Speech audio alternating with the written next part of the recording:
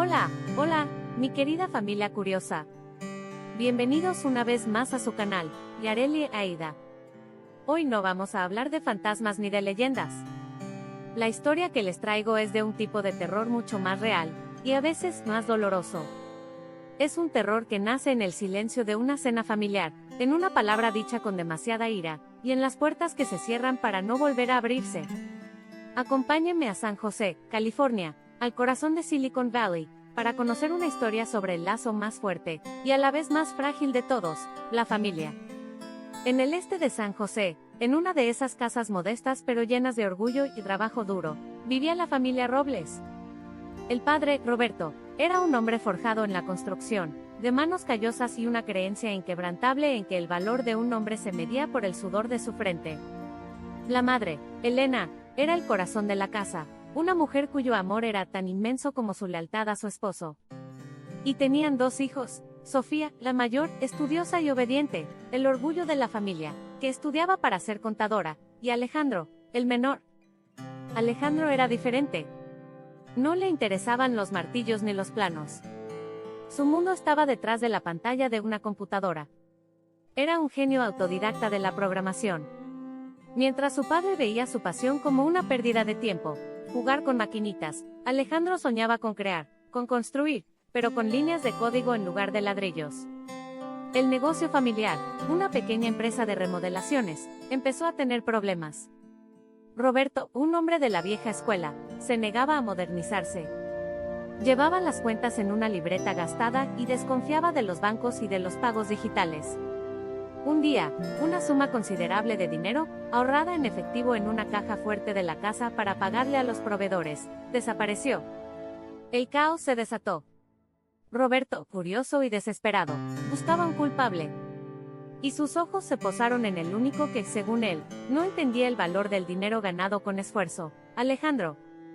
La evidencia circunstancial era cruel. Alejandro había sido el último en quedarse despierto la noche anterior, y necesitaba dinero para comprar unas piezas para su computadora.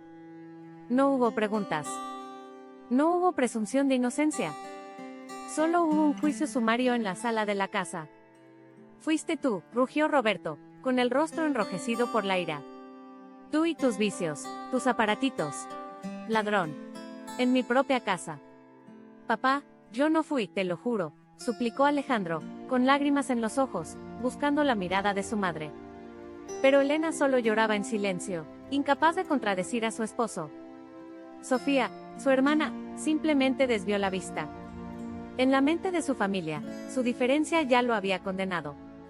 Esa noche, Roberto pronunció las palabras que rompieron el mundo de Alejandro. No quiero volver a verte. Ya no tienes familia.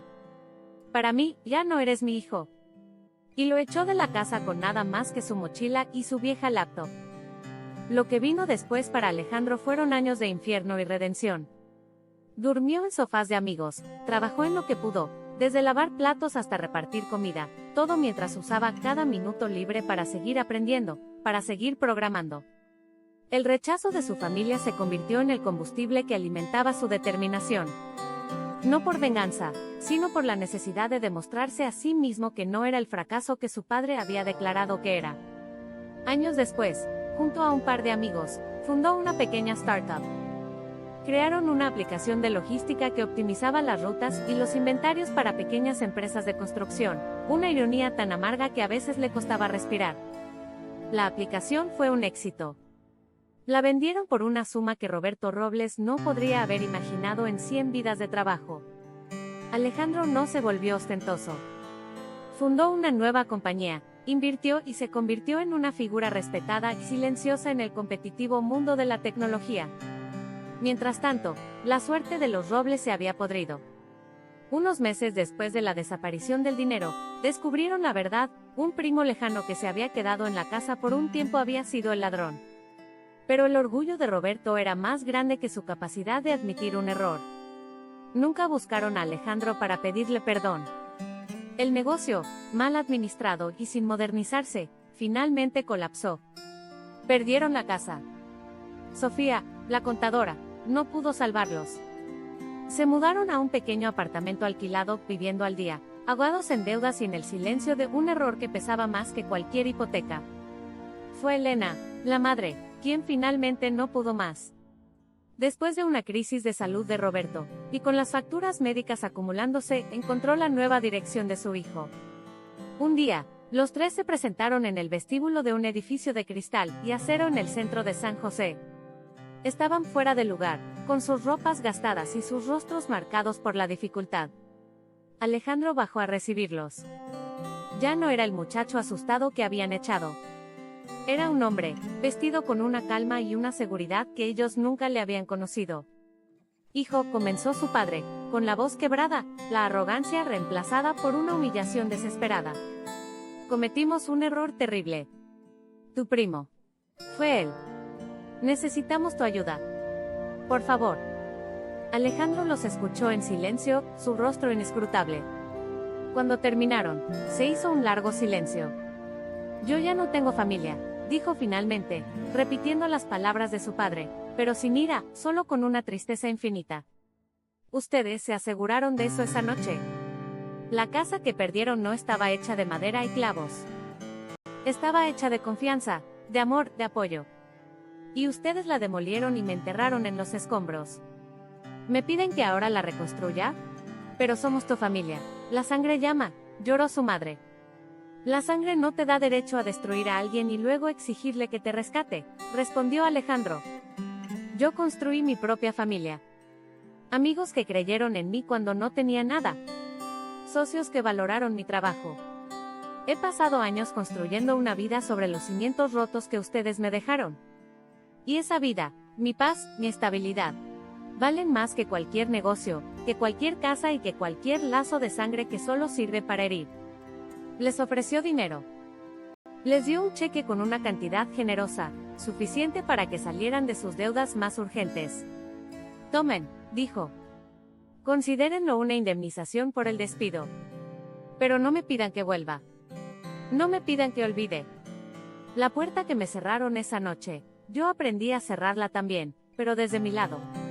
Y sin más, dio la vuelta y caminó de regreso a su vida, dejándolos en el vestíbulo, con un cheque en la mano y la comprensión tardía y cruel de que habían desterrado la única pieza que podría haberlos mantenido unidos.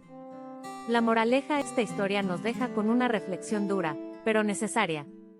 La familia no es una obligación, es un privilegio.